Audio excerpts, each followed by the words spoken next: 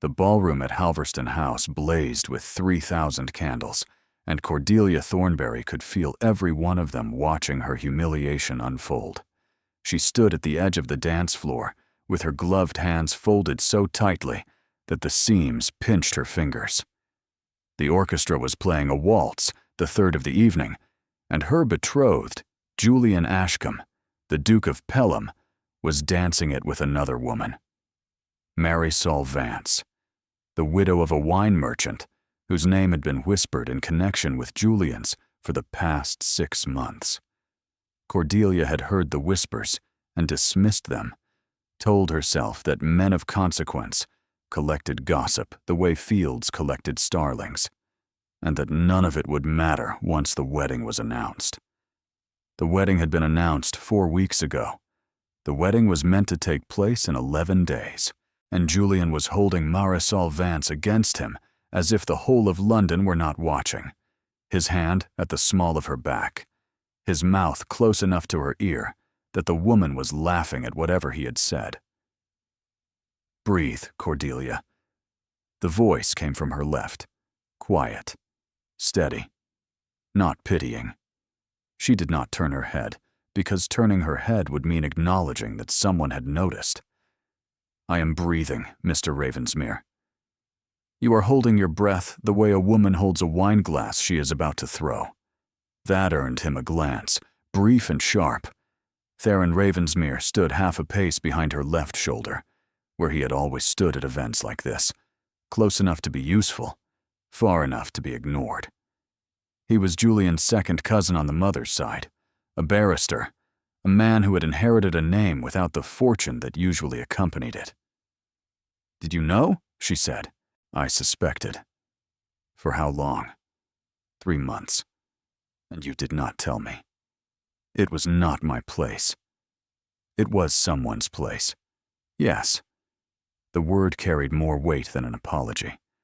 "And I have been quietly furious with myself that the someone wasn't me." She looked at him properly. Theron had a face that did not announce itself, dark hair cut a little too plainly, gray eyes the color of pewter, a jaw that suggested he had once been told he ought to smile more and had decided against it on principle. "Where's your mother?" she asked. "In the card room with yours. 40 minutes. "Then no one of consequence has seen this yet. Lady Halverston has seen it. The Marchioness of Burrell has seen it twice, and has already left to find her sister. By morning, half of Mayfair will know." Cordelia closed her eyes, just long enough to understand that her life as she had arranged it was over. She opened them. Julian had stopped dancing. He stood at the edge of the floor near the door to the conservatory, and Marisol Vance's hand was on his arm. He bent his head toward her. He said something. She nodded. And then, in full view of every person who mattered in London, the Duke of Pelham led his mistress out of the ballroom. He did not look once at his betrothed. A footman dropped a glass somewhere. Cordelia heard it shatter as if from underwater. "Cordelia, look at me." She turned. Her face had gone the color of old paper. "You have a choice to make, and very little time to make it. My choice was made 4 weeks ago in front of a notary and a bishop. My choice is currently walking into the conservatory with another woman. That is not the choice I mean." She waited. He lowered his voice. "If you stay in this room until midnight, the engagement holds. Julian will return. He will offer some explanation that everyone will pretend to believe. You will marry him in 11 days, and spend the rest of your life knowing that he chose her in front of you and was permitted to come back. And the alternative? You leave." "I cannot leave. The carriage." "My carriage is at the side entrance. It has been there for an hour." She stared at him. "Why," she said slowly, "is your carriage at the side entrance?" When he spoke, his voice had gone a shade rougher.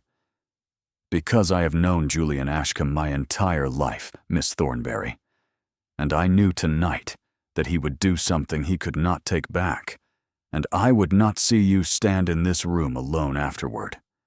You came here with a carriage to take me away from my own betrothal ball. I came here with a carriage in case you needed one." The orchestra struck the first notes of a new waltz. Somewhere in the conservatory, a woman laughed. Cordelia, who had been raised to be patient, raised to be gracious, raised to forgive small humiliations because larger fortunes depended on it, felt something inside her chest crack cleanly down the middle. "There is a third option. I'm offering you the carriage, Cordelia, not— You misunderstand me." She turned to face him fully now, and she felt the eyes of the room shift toward her, and she did not care. "My father's will stipulates that if I am unmarried at 25, my dowry reverts to the estate. I am 24. My birthday is in 9 days. If Julian breaks the engagement, and he will by tomorrow, I have 9 days to find a husband, or I am ruined twice over.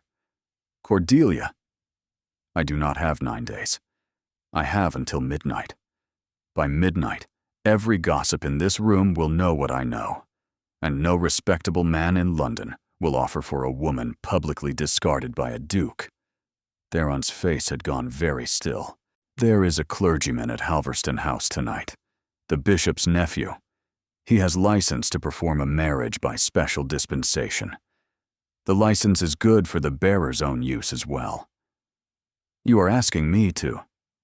I am asking you what you came here prepared to offer." The clock with the laughing cupids began to chime the 3/4 hour, a quarter to midnight. He looked at her, not the clock. "Yes." "Yes, what, Mr. Ravensmere?" "Yes, Miss Thornberry, whatever you are asking me. The answer is yes." Her hand found his sleeve. "Then we have," she said, 15 minutes. The bishop's nephew was a thin, slightly rumpled young man named Edmund Haleycott, and he was eating a pear in the small library off the gallery when they found him. He looked up. He looked at their faces. He set the pear down. "Ah, I require a marriage," Cordelia said, "within 12 minutes. Haleycott did not blink. He had been a clergyman for 3 years, and the bishop's nephew for considerably longer, which had given him a useful instinct for distinguishing scandal that would survive from scandal that would not. "You consent?" he asked Theron. "I consent." "Of age, both?" "Yes." "You have a license?" Theron drew an envelope from his coat. It was folded in thirds, and the seal was already broken, as if he had been turning it over in his hand for some hours. Cordelia stared at it. "You came here," she said quietly, "with a carriage and a license." "I came here prepared." Haleycott took it, read it, raised his eyebrows once. "Witnesses. We need 2. Lady Halverston is in the green drawing room. Her cousin is with her. They are discreet. Fetch them. 3 minutes. Miss Thornberry, are you certain?" She looked at his kind young face. "I am certain." "Then sit, and try to look as though you have planned this for longer than 11 minutes. Theron went for the witnesses. Cordelia sat in the velvet chair by the fire and discovered that her hands had begun, finally, to shake. Not from fear, from the strange, clean fury of a woman who had finished, abruptly and forever, with patience. He returned with Lady Halverston, who looked at Cordelia with such complete understanding that Cordelia almost wept. Lady Halverston had been married 32 years, had buried 2 husbands, and had survived 3 scandals of her own. "My dear, is this what you want?" "It is what I am choosing. Those are not always the same thing. They are tonight." Lady Halverston nodded once. "Then I am proud of you. Mr. Ravensmere, I have known you since you were 8, and I am about to become very interested in whether you deserve her.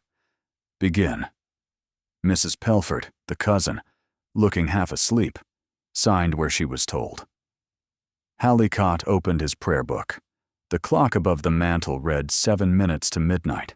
"Dearly beloved," he began, then stopped. "We shall keep this brief." Cordelia did not remember most of the words afterward. She remembered Theron's voice when he said, "I will." She remembered her own voice. She remembered that his hand, when it took hers, was warm and not quite steady, and that his thumb pressed once against her wrist, just below the glove, as if to ask a question she did not yet know the answer to. She remembered that there was no ring. "I'm sorry," he murmured. "There was not time." "Use this." She pulled the betrothal ring from her left hand, the Pelham ring, the cold entailed thing Julian had placed there 4 weeks ago in his mother's drawing room while 3 aunts watched. "You cannot," Theron said. That ring belongs to me, until the engagement is formally broken, which has not yet happened. Tonight, in this room, before God and Lady Halverston, it is mine. Use it." He hesitated. Then he took it. He placed it on her right hand, leaving her left bare, and Hallicott pronounced them married. The clock struck 12. The first stroke was still humming in the air when the library door opened. Julian Ashcombe stood in the doorway. His coat was disheveled. His hair was no longer perfect. There was a smear of color along the line of his jaw that was not his own. He looked, Cordelia thought, with the strange clarity of a woman who had just stopped loving someone, like a man interrupted halfway through congratulating himself. He looked at the prayer book. He looked at Hallicott. He looked at Theron's hand, still holding hers. His face went the color of old milk. "Cordelia, Your Grace." "What of you?" "I have married your cousin, 8 minutes ago, by special license, before 2 witnesses and a clergyman. It is valid. It is registered. It is, in approximately 90 seconds, going to be the most discussed event in London for the next 6 months." She drew a breath. "I wish you a very pleasant evening. Please do not let us detain you from your guest in the conservatory." Julian's mouth opened, closed, opened again. "You cannot." "It is done, Julian." "Theron." His head turned slowly. What you should have done 11 minutes ago when you saw what was happening. Excuse us. My wife and I are leaving." "My wife." The words went through Cordelia like a struck bell. She walked past Julian without looking at him. Theron's hand was at her elbow, not gripping, merely there. Lady Halverston was already saying in her carrying voice, "Oh, Mrs. Pelford, what an evening, and how perfectly unconnected we are to any of it. Isn't that fortunate?" Which Cordelia recognized as the opening note of a story Lady Halverston intended to spread before breakfast, in a particular shape, for particular reasons of her own. The side entrance was where Theron had said. The carriage was where he had said. The door shut, and the carriage moved, and only when the wheels were turning over the cobblestones did she understand what she had done. She had married a man she had spoken to perhaps a dozen times in her life. She had married him in 9 minutes. She had married him while still wearing another man's ring. Theron sat across from her in the dark. He did not speak. He did not reach for her. He sat with his hands resting on his knees, and Cordelia, looking at his profile in the brief flares of passing street lamps, realized something. He had been holding the license for hours. He had been carrying it, folded and refolded, against his heart, since before the ball began. "Theron, where are we going?" His pewter eyes caught a passing lamp. "Home, if you will have it." The word home sat between them like a third passenger, Cordelia Ravensmere, and the new name landed on her like a coat she had never tried on, but had been hanging in the wardrobe all along, closed her eyes, and let the carriage carry her into a life she hadn't, until 40 minutes ago, known she was going to live. Ravensmere House stood at the quiet end of Mortcombe Square, a tall, narrow townhouse with black railings and a single lamp burning over the door. It was the house of a man who had long since chosen a small, clean life over a large, compromised one. A housekeeper opened the door before Theron had raised his hand to the bell. Her face did not register surprise, only a swift professional recalculation. "Mrs. Halford, this is my wife." Mrs. Halford curtsied. "The blue room is aired, sir. I shall send Annie up with hot water." "Thank you. I shall be in the study." "Sir." "The study, Mrs. Halford." Mrs. Halford's mouth tightened. "Very good, sir." Cordelia stood in the front hall in her ball gown and watched her husband walk away from her, down a corridor and shut a door. She turned to Mrs. Halford. "He has not done this before." "No, madam." "And neither have I." "No, madam." "Then I think we should both pretend we have, until we work out what we are doing." Something flickered in Mrs. Halford's face that was not quite a smile, but lived in the same neighborhood. "Yes, madam. The blue room, if you please." The blue room was at the back of the house, small and low-ceilinged, with faded curtains and a bedspread mended along one seam.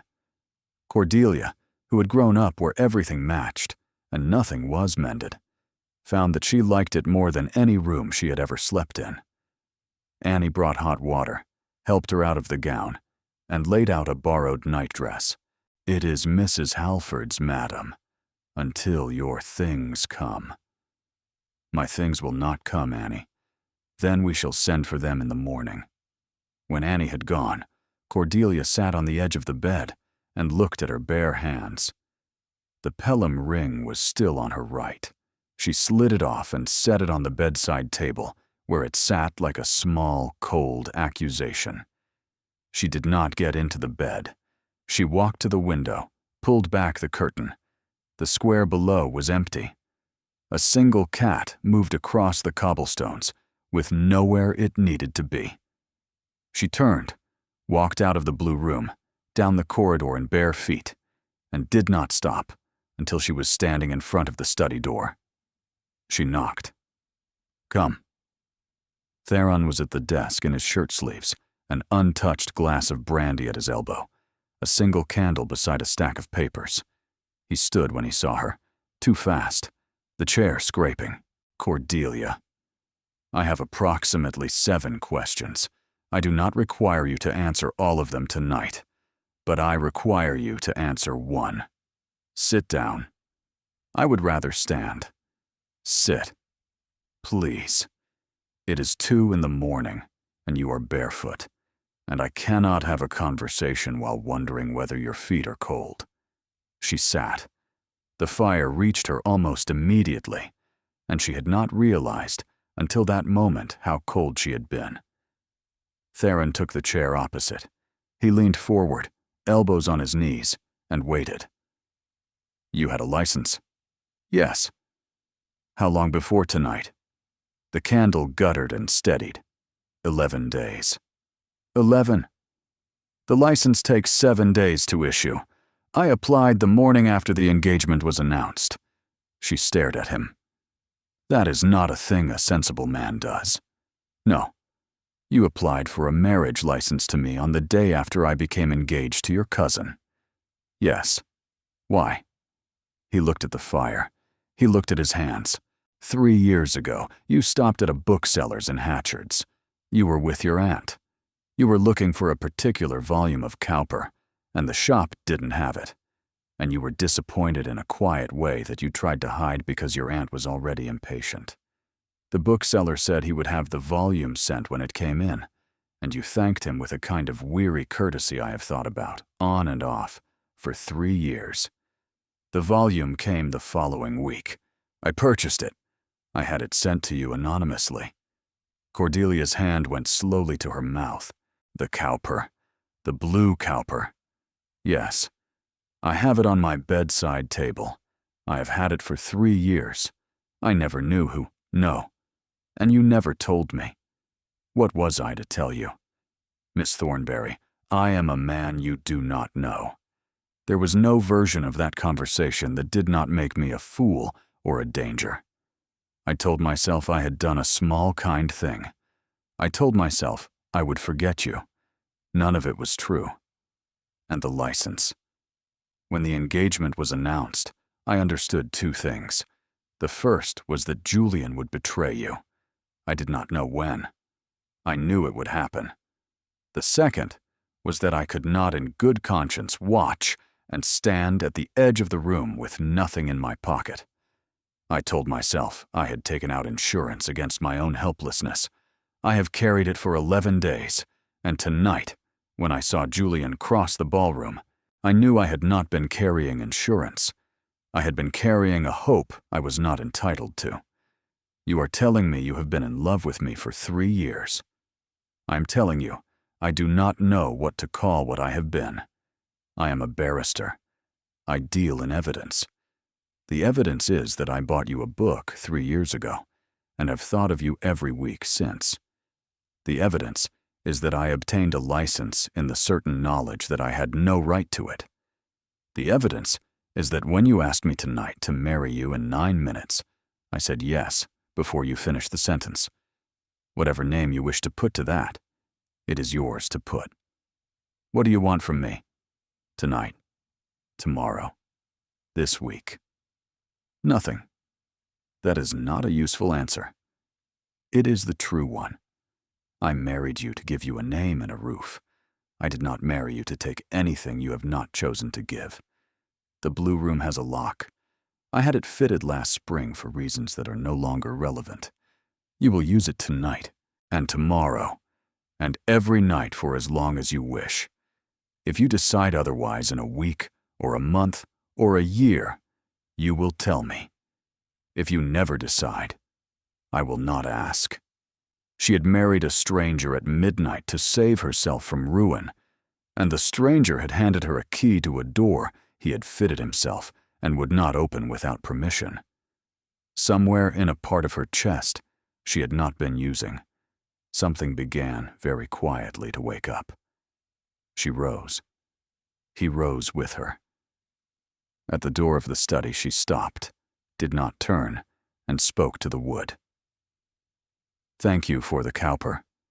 She walked back down the corridor, and after a long moment of standing with her forehead pressed to the door, she did not turn the lock. She lay down in the strange bed in the strange house. 3 doors away, her husband of 4 hours was sitting alone, with a candle burning down to nothing. The clock in the hall struck 3.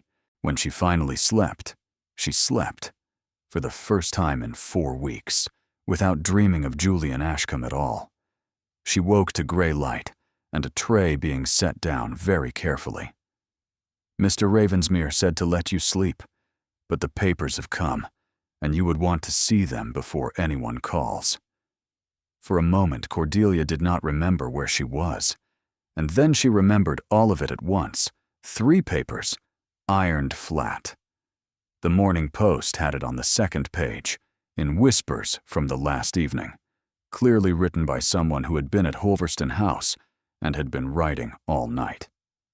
The most discussed wedding of the season was announced not in St. George's, where it had been intended, but in a back library at midnight. Miss C. T., formerly betrothed to His Grace the Duke of P., was joined in matrimony shortly before the hour to Mr. T. Arpent, a kinsman of the same Duke. Lady H. is understood to have remarked at breakfast that the bride looked, in her words, like a woman who had finally chosen her own life. His Grace was reported to have left in some agitation, accompanied by a person not yet named in print. The Times was shorter, drier, offered no comment. The town crier had no scruples and ran the entire thing as a headline. The Duke's bride, wed his cousin before midnight, a public triumph or a private disaster? She read all 3, twice. Has there been correspondence? 14 cards, madam, and 3 letters. Where is Mr. Ravensmere? In the study, since 6. He had not slept. She washed in cold water, dressed in a gray wool gown Mrs. Halford had produced from somewhere, and went down. Theron was at the desk in the same shirt sleeves, looking as if he had slept perhaps 2 hours in the chair. You have seen the papers. I have. Worse than I had hoped, better than I had feared. I expected something. I did not know which paper would be most uncivil. Tell me what you have been writing. 3 things. A letter to your father, which I have drafted twice and torn up once. I would like you to read it. A letter to my mother, which will go regardless because she has heard and is in her carriage on her way here. And a notice for the papers, jointly signed, confirming the marriage and offering no further comment. You have been busy. I have been keeping my hands occupied, so I did not come upstairs at 4 in the morning and knock on a door I had no business knocking on. He said it without looking up.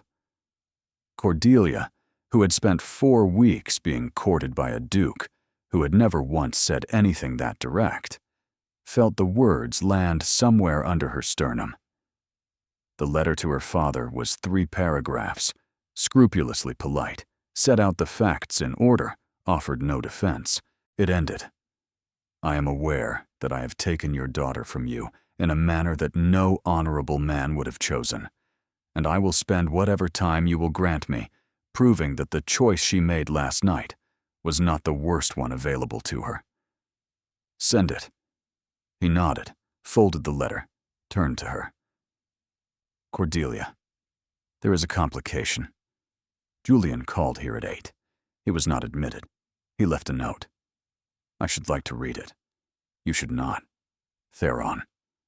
He took a folded sheet from the drawer and placed it on the desk.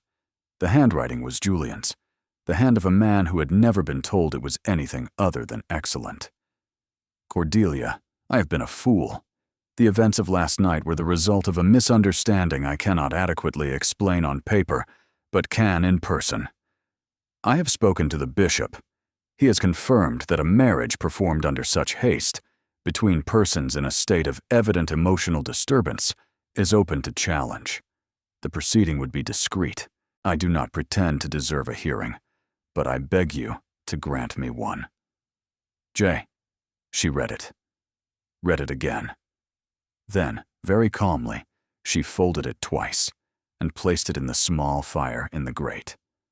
The paper curled, the ink darkened, and the handwriting that had once made her heart beat faster crumbled and was gone. He is going to challenge the marriage. He's going to try. Can he succeed? No. I obtained the license 11 days ago. The ceremony was conducted by an ordained clergyman before 2 witnesses of unimpeachable standing, with full consent given by both parties of legal age. There is no canonical ground. There is no civil ground. He may make a great deal of noise. He cannot make the marriage go away. And if he tries anyway, then we let him try. In public, with his mistress's name in every paper. He will not pursue it past a fortnight. His mother will not allow him to. His mother. The Dowager Duchess of Pelham is the most pragmatic woman I have ever met. She has been managing her son's appetite since he was 19. She will be in this house by noon. She will not come for me. She will come for you. She will want to know what kind of woman you intend to be, and she will want to know it from your face, not from your husband's. Cordelia thought about that, about the Dowager Duchess, who had kissed her on both cheeks at the betrothal supper and called her my dear new daughter, and who had been, throughout every meeting, a woman conducting a transaction. Then I shall receive her, in the small drawing room. You will be in the room, but you will not speak, unless I speak to you first. Yes, Mrs. Ravensmere. It was the first time he had used the name. It landed not as a claim, but as an acknowledgement. And this afternoon, Mr. Ravensmere, you will take me out in your carriage in full view of every person in Morecambe Square, and we will drive through Hyde Park at the fashionable hour, and we will be seen. If they want a scandal, they shall have one. But it will be the scandal I choose. She walked to the door. You have been very kind. I notice it. I shall not forget it. She did not wait for his answer. She walked into the small writing room and wrote the most difficult letter she had ever written. She did not know that the Dowager Duchess of Pelham's carriage was already turning the corner. She did not know that it contained a second passenger. She did not know that Marisol Vance had insisted, against every advice given to her, on coming as well.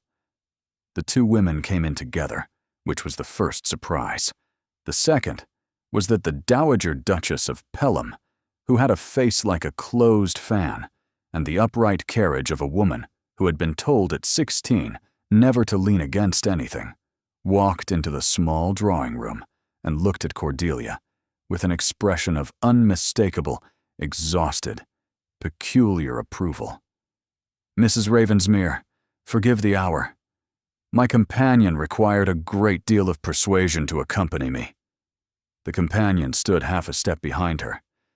Marisol Vance was perhaps 30, taller than Cordelia, with the high color of a woman who had not slept, and the stillness of one who knew she was not welcome and had come anyway. She wore black. Her widowhood from the wine merchant predated all of this by some years. Cordelia rose. "Your Grace, Mrs. Vance." "I did not expect to be received," Marisol said, voice low. "You have not yet been received. Sit, both of you." They sat. Theron stood at the window by Cordelia's instruction. The dowager opened her reticule but took nothing from it. The opening was the gesture. "I shall be brief. My son has informed me that he intends to challenge your marriage. I have informed my son that if he does so, I shall personally instruct my solicitors to settle the entirety of the Pelham widow's jointure on Mrs. Vance in writing before the close of business today, and that he may explain to his children, when he has any, why their inheritance has been reduced by approximately £19,000, because their father could not accept that he had behaved like a fool in public. You have come, then, to tell me he will not challenge. I have come to tell you that I have prevented him from doing so. There is a distinction. There is. I should also like to apologize to you. I am not in the habit of apologizing, but you were placed in a circumstance last night that no woman of your character should have been required to endure, and the man who placed you in it bears my name. I am sorry. I shall not say it twice. Once is sufficient, Your Grace." The two women looked at each other. Something behind the dowager's eyes eased. "You are not what I expected." "I was not, until last night, what I expected, Your Grace." A small dry sound from the dowager. It might, on a more cheerful woman, have been a laugh. "Mrs. Vance, it is your turn." Marisol's hands tightened on the reticule. "Mrs. Ravensmere, I would rather sit in this room with you for 10 minutes than know for the rest of my life that I had been too cowardly to face you. I did not know, when this began 6 months ago, that you existed. He told me he was unmarried. By the time I learned of your engagement, I had become attached in ways I should not have. He told me the engagement was a matter of family business and would not change what we were to each other. Last night, when I understood that he intended to take me into the conservatory in front of you, I told him I would not go. You went. I went, because he said that if I did not, he would do it more publicly with someone else. I am ashamed of going. I am leaving London this afternoon. My sister has a house in Bath. I wish to say to you once that I am very sorry." She did not cry. She had clearly decided she would not. Cordelia had expected to hate this woman. She had spent the carriage ride home composing cool civil sentences. She found she could not remember any of them. What she could see was a woman who had been lied to and then used, and who had come knowing she would not be welcomed. "Mrs. Vance, I do not forgive you. I do not have it in me to forgive anyone today. No, of course not. But I will say this. You are the second person in this matter to behave with more decency than I had any right to expect. The first is the man at the window. I shall remember it. Go to Bath. Do not write to me. Begin again." Marisol's eyes filled, but she did not let them fall. "Thank you, Mrs. Ravensmere." The dowager rose with her. At the door she turned. "Mrs. Ravensmere, my son is being sent to Northumberland for an indefinite period. He has been informed that this is non-negotiable. He will not approach you. He will not be at any party at which you are expected. I understand you. There is one further thing." She crossed the room and stopped in front of Theron. "Mr. Ravensmere, you have been a thorn in my side for 15 years. You have refused 3 positions I offered you. You have, on one memorable occasion, told me to my face that I was wrong, in the hearing of my husband, about a matter on which I was, in fact, wrong. I remember. I have never liked you, Theron." "No, Your Grace."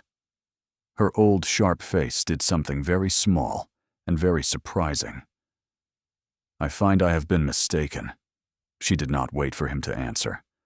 The front door opened and shut, and the carriage wheels rolled away, and the drawing room was very quiet. Cordelia sat down. She had not realized she had been standing. Theron crossed to her, did not touch her, stood near enough that she could feel the warmth of him without his having to declare it.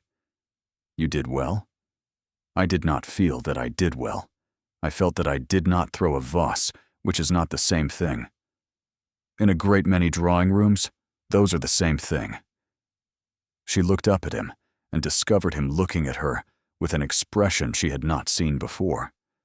The look of a man who had spent 3 years constructing reasons to keep his distance, and had just watched her dismantle the last of those reasons.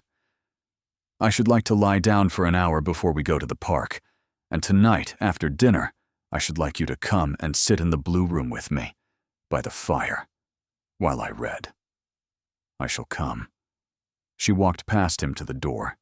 She did not touch his hand as she went, but she could feel him following her with his eyes for the whole length of the corridor, and she did not, this time, mind it. The afternoon drive in Hyde Park was, by Cordelia's later assessment, the single most useful hour of public theater she had ever conducted. They were seen by everyone. She wore the dove-gray dress sent from her mother's house at 1 o'clock, with a brief note. "I do not yet understand. I am not yet angry. Come on Thursday. Mama." Theron drove well, which she had not known. 3 duchesses and a marchioness inclined their heads. 2 countesses pretended not to have seen them, which was its own kind of acknowledgement. Lady Halverston, in an open landau, raised her parasol in a slow, deliberate salute. By the time they returned, the question of whether the marriage would survive socially had been answered in their favor. Not because anyone had decided to approve, but because enough women of consequence had decided not to disapprove in public. After dinner, she went up to the blue room. She did not change. She lit the lamps herself and built up the fire herself, and she sat in the low chair with the blue volume of Cowper in her lap. She read for a quarter of an hour before she heard his step. He knocked once. "Come in." He had changed out of his coat, wore a dark dressing gown over his shirt and waistcoat, the correct degree of informality for a husband visiting his wife's sitting room. He carried a book under his arm. "Where would you like me?" "The chair across from mine." He sat. He opened his book. He read. For 20 minutes neither spoke. The fire moved. A coal shifted. The room smelled of wood smoke and beeswax. Cordelia, who had spent 4 weeks being courted by a man who had never once let her sit in silence, discovered that silence was a thing she had been starved for without knowing it. She set the book down. "Theron, read me something." "From this?" He held up his book, a small cloth-bound thing. "From whatever you are reading." "It is. Not Cowper." "I have read Cowper. Read me something I have not read." He turned the book over in his hands. The hesitation was not reluctance. It was a man being asked, for the first time in a very long time, to share something he had been keeping for himself. It is Catullus. In English. In Latin. My Latin is poor. I know. You told me 3 years ago, to your aunt in the bookshop, when she suggested an edition of Virgil.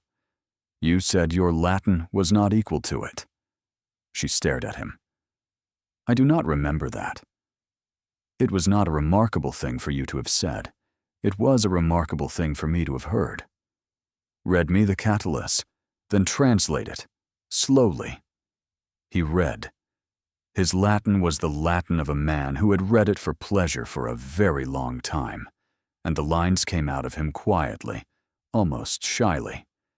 She did not understand the words. She understood the cadence.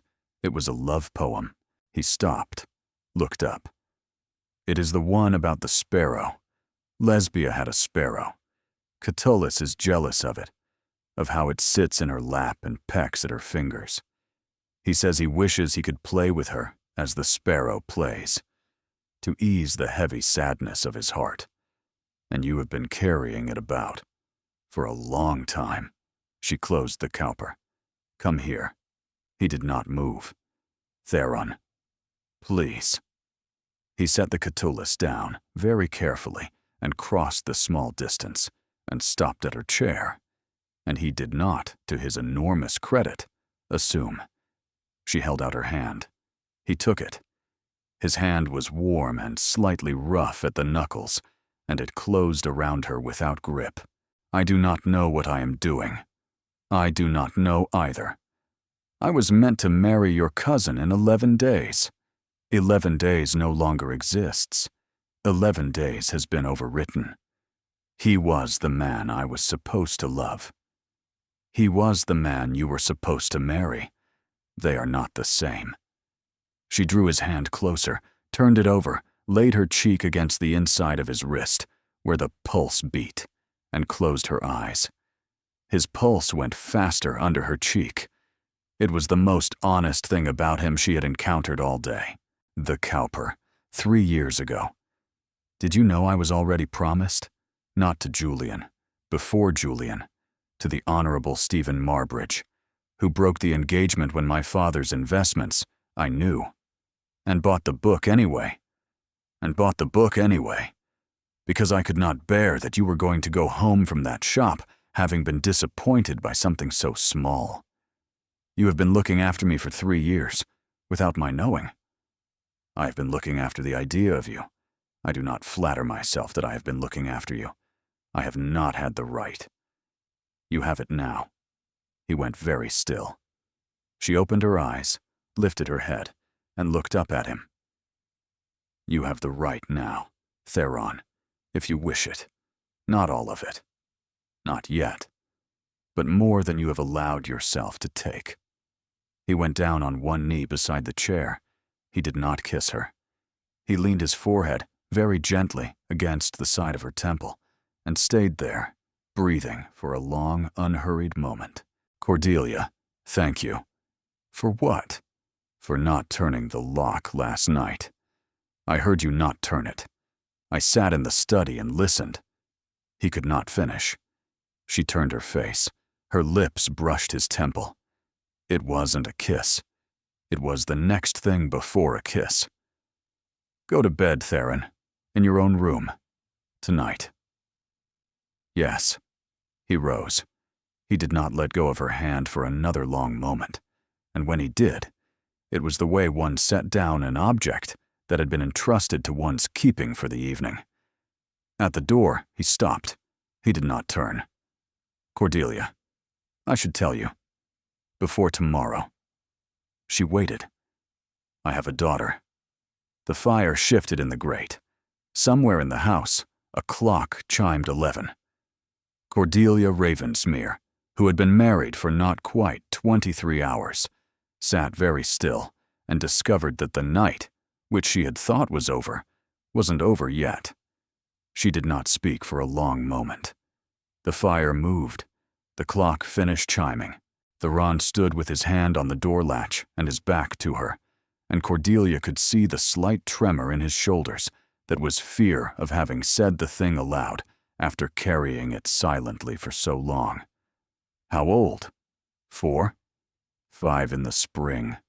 Her name? Lila. Theron, turn around. He turned. His face was the face of a man who had decided to receive whatever came next without flinching. Sit down. I should stand for this. Sit. I am tired and will not crane my neck. He sat in the small wooden chair by the writing desk. Her mother was a woman called Hester Conroy. We were not married. We were never going to be. It was not a great love affair, Cordelia, and I will not insult you by pretending it was. She was a widow, older than I was. She did not wish to remarry. We parted on terms of friendship in the spring of the year before last. And the child? She did not tell me she was carrying a child. She intended to raise her in Yorkshire with her sister, and to write to me at some later date. Hester was a proud woman. She did not wish to be in any man's debt. What changed? She died. The single word landed like a stone into a still pond. In childbed. The child survived. The sister wrote to me. The letter reached me 3 days after the burial. I traveled to Yorkshire. I met my daughter. She was 11 days old. He pressed the heel of his hand briefly to his eye. I brought her south. She lives on Wenmore Street, 3 streets from here, with a nurse and a cook. Mrs. Halford visits Tuesdays and Fridays. I see her on Sundays and Wednesday evenings. Who else knows? My mother. Mrs. Halford, the nurse, the cook, the doctor. Edmund Haleycott, who baptized her. That is all. Julian does not know. No. And you did not tell me last night. No. Why? Because last night you had been wounded in a way no person should be wounded in public. Because last night you needed a roof and a name and a door with a lock. Because last night, if I had told you, you would have had to make the calculation in 9 minutes, and I would not make you carry that on top of everything else. I told myself I would tell you over breakfast. I did not. I did not, because I was afraid you would feel I had cheated you, and I had no right to be afraid of that, because you have a right to feel whatever you feel. You did cheat me. Yes. You let me sit by this fire an hour ago and put my cheek against your wrist, not knowing. Yes. She was not crying. She felt instead a strange, clean clarity, the way one felt after a long fever broke. Tell me about her. He looked up sharply. He had braced for almost any other question. What is she like? Is she happy? She's small for her age. Dark hair. She has my mother's eyes. She's quick. She speaks more clearly than most children of 4. The nurse has been teaching her letters, and she knows more of them than she lets on, because she has discovered that being thought to know less gets her more cake. She loves a particular wooden horse. It was mine when I was a boy. The paint is mostly gone. She will not be parted from it, even at meals. His voice thickened. She is the best thing that has happened to me. I have been her father for almost 4 years, and ashamed of nothing in that time, except that I have not yet found a way to give her a household. I want to meet her. Tomorrow. I will come to Wenmore Street. I do not wish to be presented to her as the lady from the great house. I wish to be presented to her as a person. He stared at her. You are not angry? I am angry, Theron.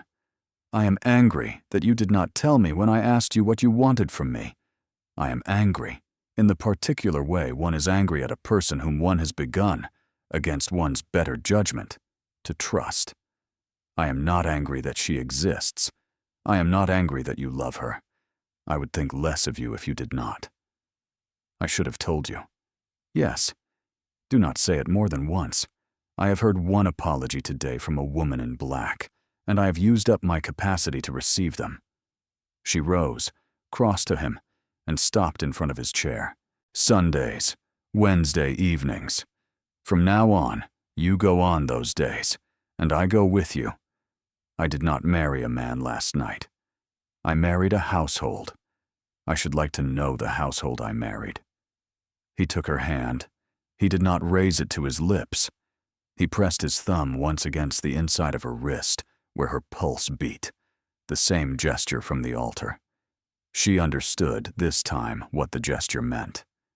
It was a question, and the question was, "Are you still here?" She turned her hand so that her palm was against his, and did not say anything, because the answer did not require words. The clock chimed midnight. "Go to bed.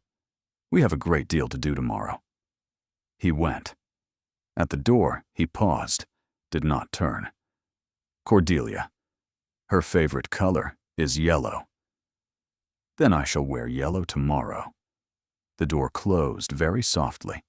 She sat for a long time by the dying fire. She did not feel like a woman who had been betrayed 24 hours ago. She felt like a woman who had been handed 3 different lives in the last 24 hours and required to decide quickly which one she wished to live. The decision was no longer difficult. It was only, she discovered, large. The house on Wenmore Street was the smallest house Cordelia had ever entered as a guest. 2 windows on the front, a green door with a brass knocker shaped like a wren, a single step worn shallow by 4 years of small feet. The door was opened by a woman in her 50s with a face like a kind apple, who looked at Cordelia and did not pretend to be unsurprised. "Mrs. Penn, this is my wife." "Mr. Ravensmere." "Yes, the papers reached us. You'll be wanting tea, ma'am. The child is in the back parlor. She's been brushing her horse for an hour." Cordelia smiled. It was the first true smile she had produced in 2 days. "Then I had better not keep the horse waiting." The back parlor was a small, bright room with yellow curtains. Yellow curtains, Cordelia noted, and felt her chest tighten at the small, private confirmation. A low table, a rag rug, and a child sitting on the rug with a wooden horse across her knees. Lila Ravensmere was very small. She had her father's dark hair and the gray eyes of a grandmother she had never met, and she was wearing a yellow dress with a slightly crooked sash she had clearly tied herself, and she looked up when the adults came in and went very briefly still. Cordelia did not bend down. She did not do any of the things she had seen aunts do to children that had made her, when she was a child, want to crawl under the furniture. She sat directly on the rag rug in her yellow muslin dress, arranging her skirts around her. "That is a very fine horse. He is old. Old horses are the best. They know things." "What does he know?" "The way home. Old horses always know the way home. You can drop the reins, and they will take you there." Lila considered this, turned the horse in her hands. "His name is Beechnut. Beechnut is an excellent name. My papa named him." "Your papa has good taste in names." Lila glanced at her father, the quick, checking glance of a child gauging a parent. Theron, in the doorway, gave the smallest nod. "You are wearing a yellow dress." "I am. I am wearing a yellow dress." "I noticed. We have matched, you and I, without arranging it." "That means," Lila said gravely, "we are friends." "Does it?" "Mrs. Penn says so. She says when ladies wear the same color without arranging it, they are friends. And when they wear the same color, because they have arranged it, and they are only being polite." "Mrs. Penn is a wise woman." "Yes," Lila said, with the satisfied air of a child confirming an opinion she had long held privately. Cordelia stayed on the rag rug for an hour. She did not try to win the child or charm the child, only to be a person sitting on a rug having a conversation with another person about a wooden horse. They progressed from the horse to a doll with a missing eye, to a book with a torn page, to whether the cat next door was friendly or deceitful. By the time Mrs. Penn brought tea, Lila was leaning against Cordelia's knee, and Cordelia's hand was resting lightly on the back of the small, dark head, and Theron in the doorway had not moved or spoken in the entire hour. When it was time to go, Lila stood with great formality and lifted her arms to her father. He picked her up. She put her face into his neck, then lifted her head and pointed at Cordelia. "She comes back. She comes back, my love." "When?"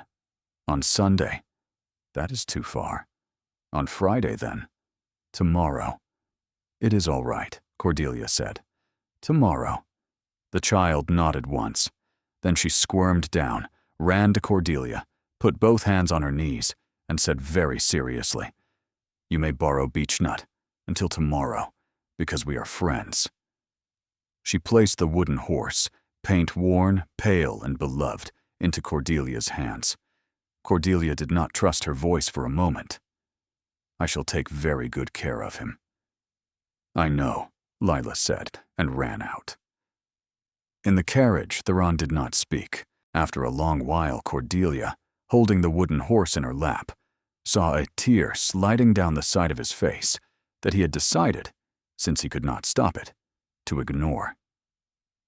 She moved across to his bench, sat beside him, put her hand into his, and let him have the rest of the journey home in silence.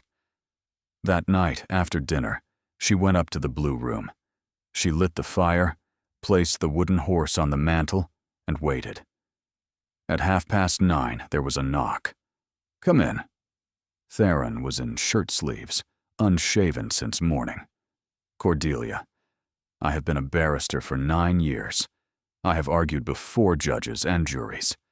In my professional life, I have never been at a loss for a word.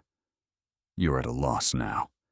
Then come and sit, and stop being at a loss in the doorway." He came to the footstool by the fire, which placed his face below hers, and took her hands. "I will tell you the truth, and I will not dress it up. I have loved you for 3 years. Now I will tell you the part I didn't say. I did not love you the way a man loves a woman he has known. I loved you the way a man loves an idea, at a distance, the way one loves the weather. It was a small, clean, tidy love, and I was wrong about it. What I felt last night, when you asked me to marry you in 9 minutes, was what a man feels when the abstraction he has been admiring walks across a ballroom and asks him a real question. Theron, let me finish. What I felt today, on a rag rug in a back parlor, when my daughter put her wooden horse into your hands." His voice broke on daughter. He did not try to disguise it. Was not love at a distance. It was the specific, terrible, complete love of a man watching the woman he has married, by the most absurd accident of timing, sit down on a rug and become, within an hour, the second person in the world that his child has chosen. I have not been trained for that feeling. "Come up here." He rose. She made room in the low chair, and it was barely big enough, and she did not care, and he sat with one arm along the back and the other across her lap, and for a long moment they simply breathed each other's air. I did not know 2 days ago that I was capable of feeling anything like this. I thought I had used up all of my feeling on a man who did not deserve any of it. It seems I had a great deal more in reserve. "Yes. Kiss me.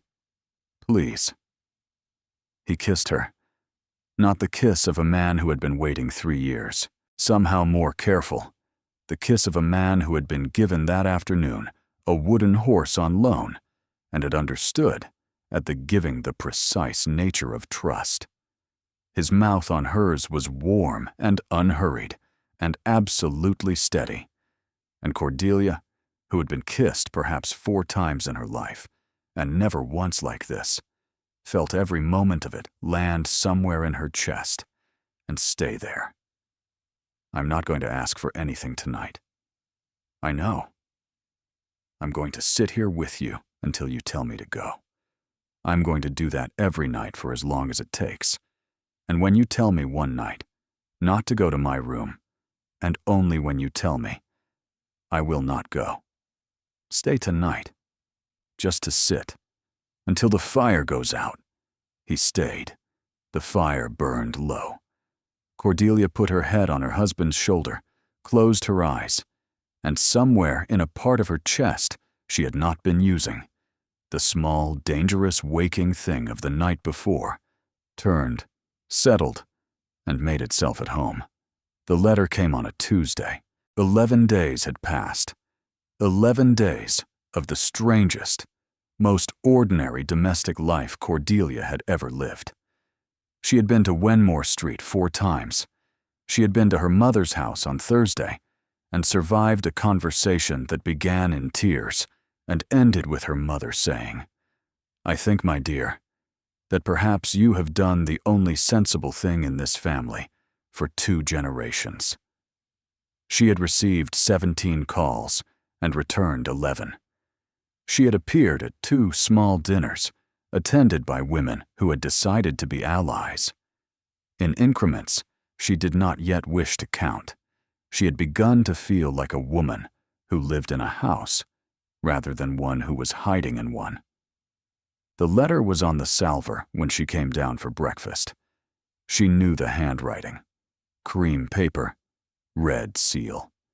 In a hand she had once thought was the most elegant thing she had ever read. She did not open it. She carried it into the breakfast room. "From Northumberland," Theron said. "Yes. Do you wish to read it alone?" "No." She broke the seal. Julian wrote at length. He had used 11 days to construct, in 7 pages of close hand, the most elegant apology Cordelia had ever read. He did not contest the marriage. He referred to it as "your present circumstance, a small revealing tell." He confessed his behavior had been the act of a man not in command of himself. He noted, with delicate care, that the bishop had reviewed and declined any challenge, that he, Julian, accepted the bishop's view, but that he wished her to know, as a matter purely of private conscience, between 2 persons who were once promised to one another, that if she should ever, at any future date, find that the present arrangement no longer suited her, he would consider himself to remain at her disposal. He signed it your servant, in penitence and hope. Julian. She set it down. He is offering to be available. Should I ever decide that I would prefer, after all, to have married a duke? Yes. He is, in his own mind, behaving with great generosity. He always does. Theron had not moved, had not reached for the letter, had not asked to read it. He sat with his coffee and looked at her with the steadiness of a man who had decided, before opening his mouth, that he would not influence her by so much as a flicker. "You are not going to ask me what I think, because I do not have a vote in what you think.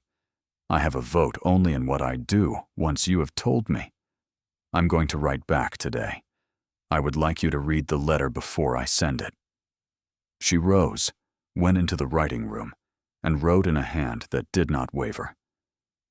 "Your Grace, I am in receipt of your letter of the 17th.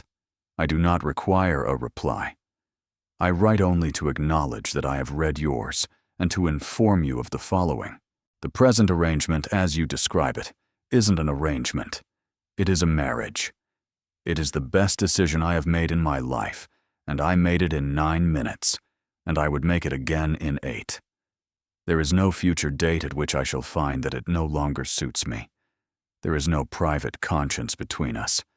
Please do not write to me again. C. Ravensmere." She blotted it, carried it back, and placed it before Theron. He read it. His pewter eyes had a depth in them she had not seen before. Something warm and very still, the way a deep river is still. "You wrote the best decision I have made in my life." "I did. You meant it. I meant it. You have known me for 13 days. I have known you for 3 years. I simply did not know it. The cowper sat by my bed. For 3 years, it sat by my bed. I picked it up when I could not sleep. It was, without my knowing why, the book I reached for when I was unhappy. I have been living with a kindness of yours in my bedroom for 3 years. He took the letter, folded it, sealed it, and rang the bell. It will go this morning. That evening, after a long, quiet hour by the fire, after Mrs. Halford had brought in the candles and gone up, Cordelia stood at the foot of the stairs with her hand on the banister. Theron stood 3 steps below. Theron, tonight. Not the chair by the fire. Not this time. You are certain. I have been certain for 6 days. I have been waiting only to be certain that I was certain for the right reasons. I am. He came up. He stopped 1 step below, which placed his face level with hers. He did not touch her. Not yet. Not in the hall. He simply looked at her, and Cordelia understood that the thing she had been waiting 6 days to be sure of was not whether she wanted him. It was whether, having been so wrong about Julian, she could trust her own knowing again. She could. She had been right about the man on the rag rug. She had been right about the man who had not asked for her vote, had not read the letter, and had carried a license against his heart for 11 days because he could not bear the idea of her standing alone in a ballroom afterward. Come up. He came up. The blue room was warm. The fire was banked. Beechnut watched from the mantel with old, wise wooden eyes.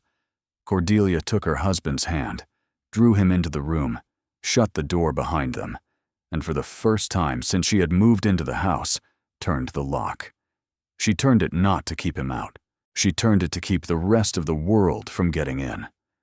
What followed, she would not, in later years, describe to anyone.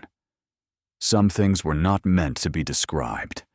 They were meant only to be lived and remembered, and added, like a small, steady weight, to the foundation of a marriage. What followed was tender and not hurried, and a little awkward in the careful ways that mattered, and a little reverent in the careful ways that mattered more. Afterward, they lay in the strange bed in the strange house that had stopped being strange, somewhere in the last 2 weeks, and his hand was on her hair, and her cheek was on his chest. Cordelia, I should tell you something. If you tell me, she said into his chest, that you have a second daughter, I shall not be answerable for the consequences. A laugh moved under her ear. A real laugh.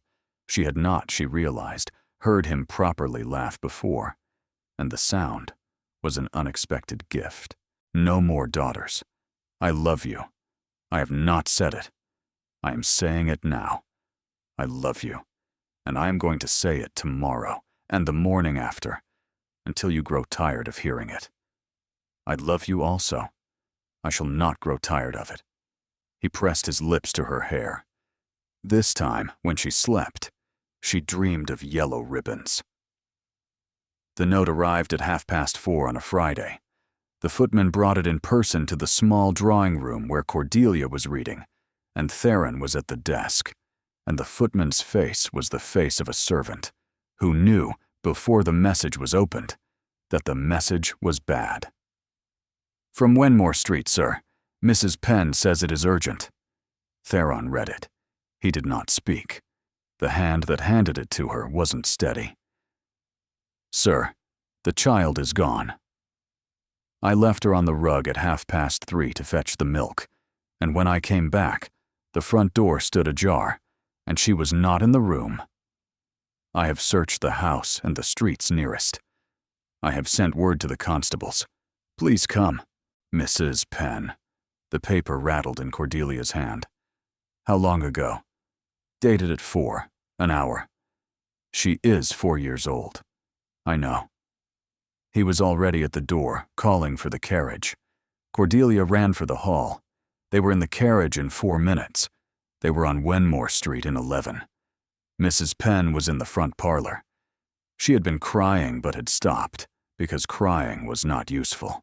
Mr. Ravensmere, The constable's man has been. They are searching toward the river.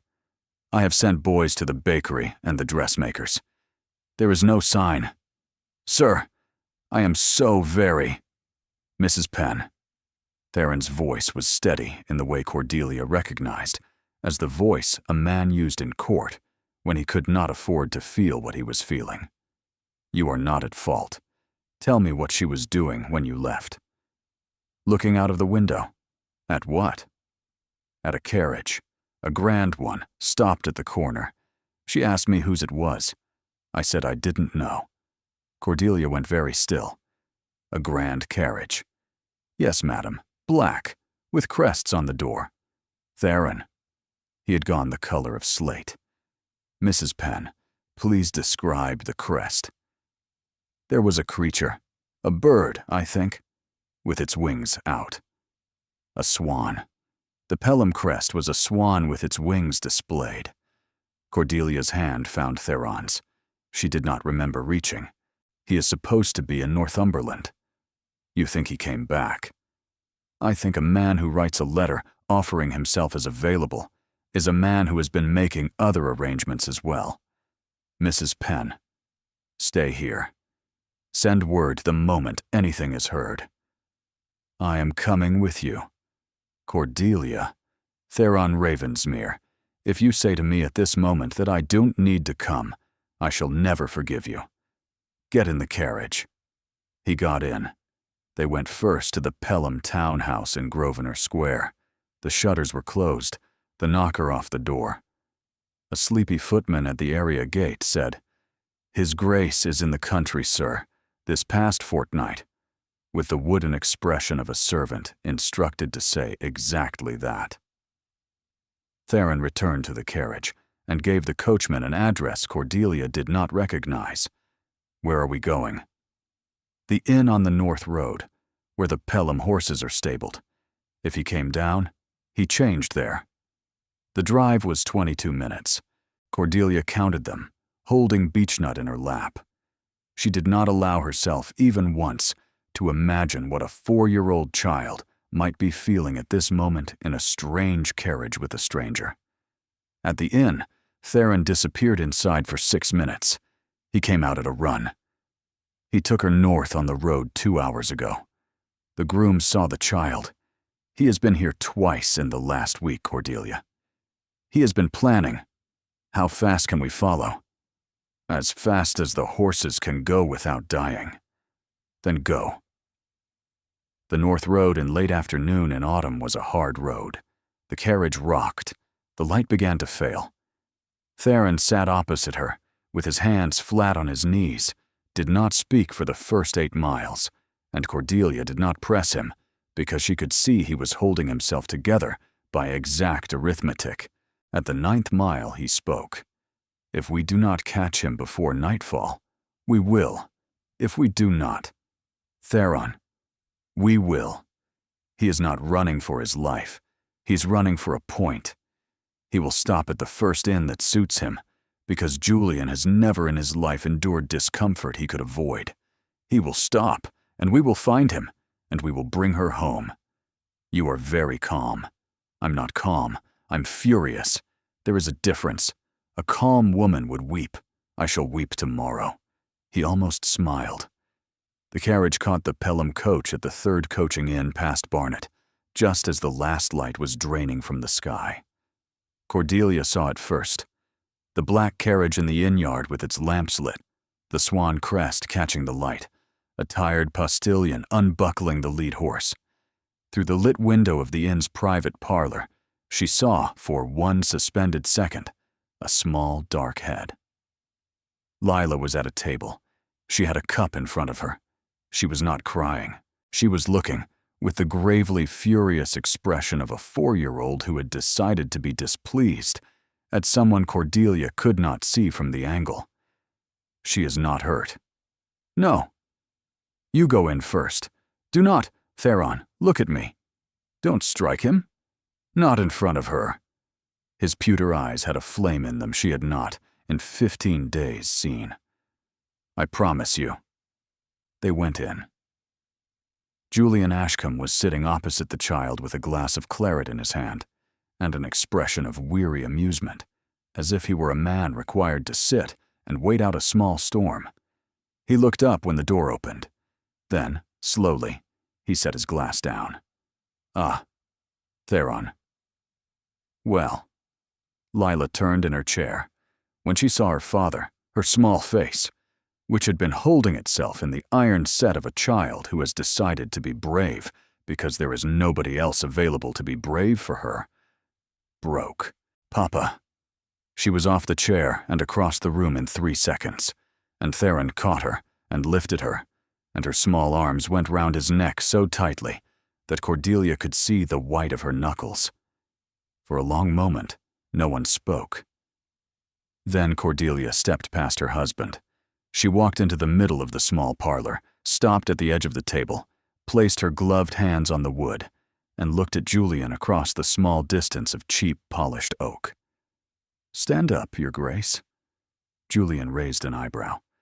"Cordelia, my dear, there is a perfectly reasonable stand up." He stood slowly, with the air of a man humoring a woman in a state of unnecessary feeling. "I had no intention of harm. I wished only to speak with the child. I learned recently of her existence. It was a matter of family interest. You took her from her nursery. I invited her to step into the carriage. She came willingly. She is 4. She is a Ravensmere. The Ravensmeres are kin to the Pelhams. I have, I believe, some standing. You have no standing." He smiled, the small, careful smile that had worked for 31 years in every drawing room into which he had carried it. "Cordelia, my dear, I beg you to compose yourself. We will return the child to London together and be quiet." The smile faltered. "I am going to say something to you, Your Grace, and you are going to listen. And then we are going to take this child and leave this inn, and you will never speak to her, or to me, or to my husband again. You took a 4-year-old child from a private home in the city of London because you have been told no by a woman, and you do not yet possess the capacity to receive that word. You have spent your entire life being told yes, and you mistook it for a thing you had earned. You have not earned anything, Julian. You have inherited a great deal. There is a difference. The difference is the whole shape of your character, and I did not see it until you walked across a ballroom and showed it to me, and I have been grateful every day since that you did." His face had gone the color of old wax. "You stole a child to get my attention. I didn't say it. Cordelia, say it, Julian, or I shall walk into the common parlor, where there are perhaps 15 travelers eating their supper, and I shall describe precisely what I have just discovered the Duke of Pelham has done. Your name will be in every paper in London by Sunday. Your seat in Lords will not survive it. Your tenants will not. There will be no Northumberland deep enough to hide you. So, say it." He stared at her. She had never seen his face do what it did then. The composure cracked. The careful charm fell away. Underneath it, for the first time, she saw what was actually there. It was not cruelty. It was emptiness. "I stole a child," he said. Louder. "I stole the child. Why? Because I had thought," his voice cracked. "I had thought that if I had her, you would come. I came," Cordelia said. "For her, not for you. Do you see the distinction? Yes. You will leave London in the morning. You will return to Northumberland. You will not write to me again. You will not write to my husband. You will not, in any letter to your mother, mention this child or this inn.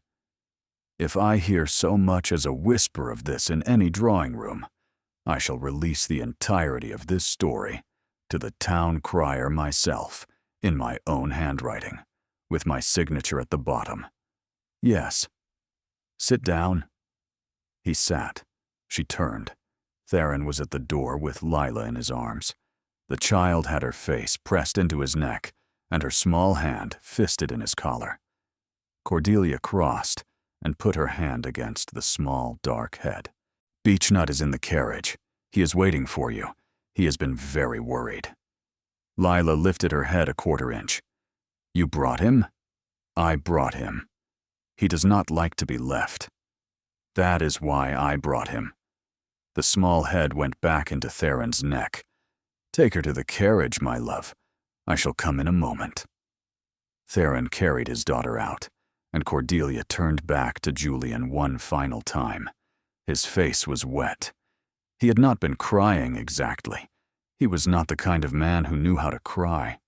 But his eyes had wept anyway, in the involuntary way the body weeps when the self runs out of other instruments. "There is one thing more. For 3 years, before you ever spoke to me, a man you have known your entire life sent me a book of poetry, anonymously. He never told me. He never claimed it. He simply sent it because he had seen me disappointed in a shop and could not bear it. He did this without expectation. He did it without reward. He did it for 3 years, Julian, in the quiet, steady way that decent men do quiet, steady things, while you were spending those same 3 years deciding which of London's drawing rooms most flattered your profile. I would rather have one of his Tuesdays than every Sunday of your life." She did not wait for him to answer. She walked out and climbed into the carriage and rapped on the roof. For the first mile, no one spoke. Lila had fallen asleep within 3 minutes, the bottomless sleep of small children after large frights. And Theron held her with the careful, exhausted stillness of a man who had nearly lost everything and was now afraid to disturb the air around what he had not lost. After a while, Cordelia discovered that her hands had begun to shake. Theron noticed. He shifted Lila to one arm and held out the other. "Come here." She crossed and sat beside him, put her face against his shoulder, and shook silently for perhaps 4 minutes. Theron held her with the arm that was not holding his daughter, and did not say a word, because he understood, as she had understood about him on the morning of the first day, that some kinds of holding were the only useful thing. When she had stopped, she lifted her head. "Theron, I told him a true thing in there. I told him I would rather have one of your Tuesdays than every Sunday of his life." He turned his head and pressed his lips to her hair. Into her hair, so the sleeping child would not hear, he said, "Cordelia, my Tuesdays are yours. All of them. For the rest of my life."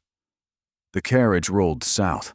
The lights of London rose over the dark fields ahead, and the 3 of them, the man, the woman, and the small, dark-haired child, went home to the house on Mortcombe Square, where Mrs. Halford was waiting with the door open and the lamps lit, and the household gathered itself around its smallest member and did not let her out of its sight for 3 days.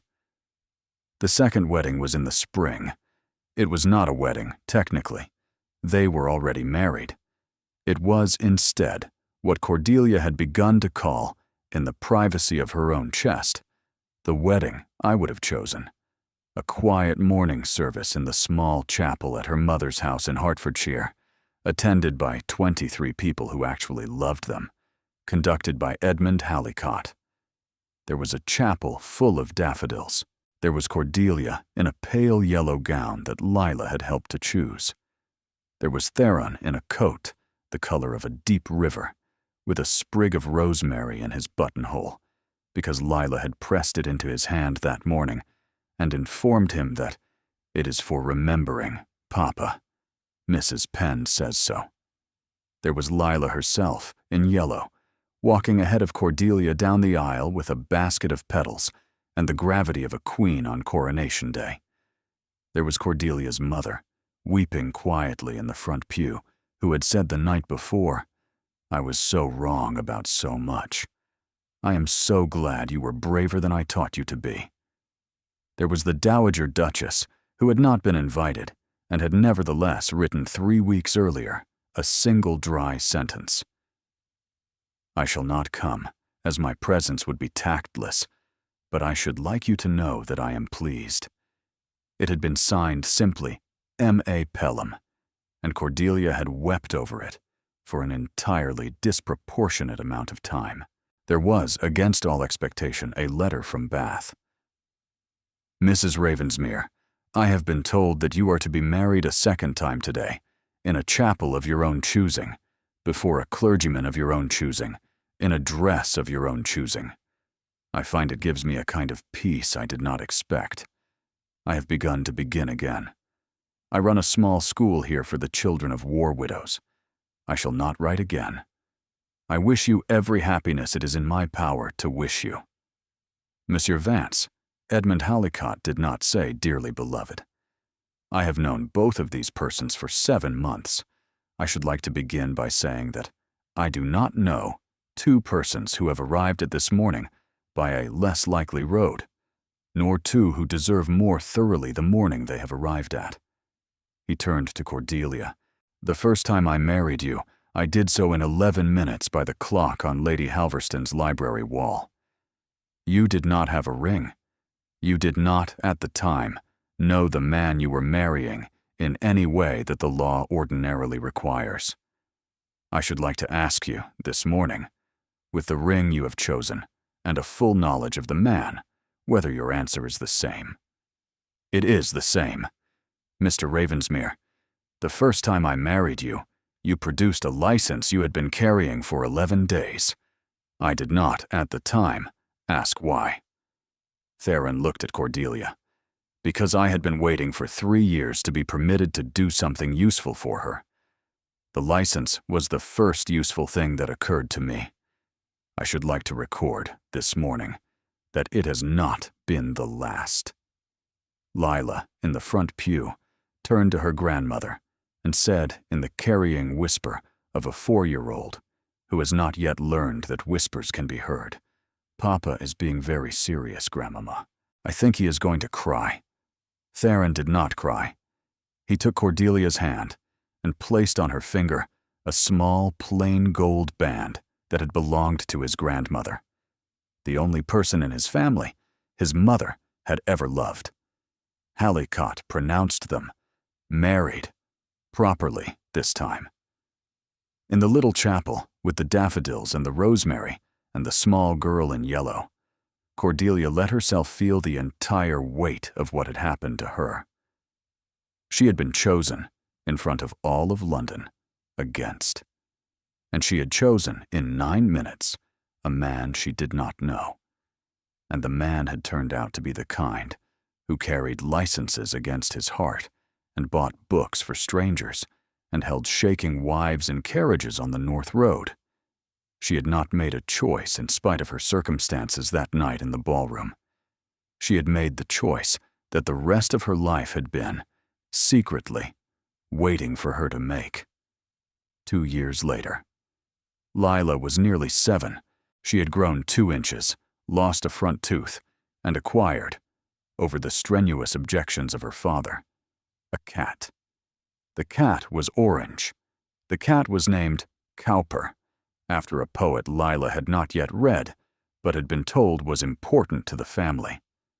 The cat slept on Beechnut, who had been retired with honors to a velvet cushion on the nursery shelf. Theron had taken silk. Cordelia had founded, with Marisol Vance, a friendship neither woman would have predicted, a small society for the placement of governesses with widowed mothers in straitened circumstances. Julian Ashcombe lived now almost exclusively in Northumberland. Cordelia did not think of him often. When she did, it was with a kind of distant pity, the way one thought of weather one had once been caught out in and had since acquired a better coat against. It was a Tuesday in October. Theron came home at 4. Cordelia was in the small drawing room with Lila on the rug, doing sums. The fire was lit. There was tea. He came in, stopped in the doorway, looked at his wife and his daughter, and his cat and the fire, and his face did the thing his face had been doing in recent months, more and more often. It softened in the unguarded way of a man who had stopped expecting to be hit. "Papa," Lila said without looking up. "What is 6 and 7? 13. Mama said 13. Then your mama is correct. I knew she was. I was checking you." He came to the chair beside Cordelia, sat, and took her hand. "I have been thinking on the way home about something you said to me on a Tuesday in a carriage on the North Road." "Which thing?" "That you would rather have one of my Tuesdays than every Sunday of his life." "I remember it. I have given you a great many Tuesdays. I should like, if you are agreeable, to give you a great many more." "How many?" "All of them. The remaining ones." She turned her face and kissed him lightly on the cheek. "That, Mr. Ravensmere, is precisely the arrangement I had in mind." Lila on the rug rolled her eyes. "Papa, you are being soppy again?" "Yes, my love." "Mama, tell him to stop." "I shall not, my love." The cat on the windowsill was washing his face. Lila returned to her sums. Theron kept Cordelia's hand. The fire moved.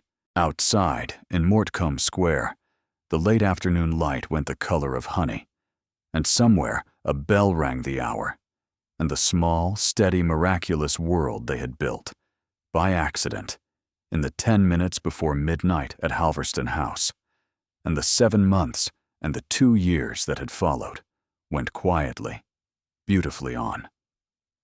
And so we leave them, Cordelia and Theron Ravensmere, and the small girl in yellow, and the orange cat named for a poet, and the wooden horse retired to honors. We leave them on a Tuesday afternoon in October, with the light going honey gold over the rooftops of London, and a sum half finished on the rug. Cordelia chose, that night in the ballroom, what she thought was the only door left open to her. She believed she was running. She did not know that the man waiting on the other side had been keeping it open for 3 years, with a license against his heart, and a book of poetry he had never claimed, and a quiet, steady kind of love that had not asked, even once, to be returned. Some doors open both ways. Some choices we make in 9 minutes turn out to have been waiting for us for years. And some men, the rare ones, the quiet ones, the ones we walk past in bookshops without ever knowing they have seen us, turn out to be the ones who, when the ballroom finally fails, are already standing at the side door with a carriage and a coat and a question. The question is always the same. The question is, will you let me? And the answer, when we are brave enough to give it, is the answer that changes everything. If this story moved you, please do the small, kind thing that keeps stories like this one being told. Subscribe, if you have not already. Ring the bell. Let me know in the comments what you would have done in 9 minutes at Halverston House. Until then, be braver than they taught you. Choose the Tuesday. And know, wherever you are tonight, that someone has been keeping a door open for you for longer than you know.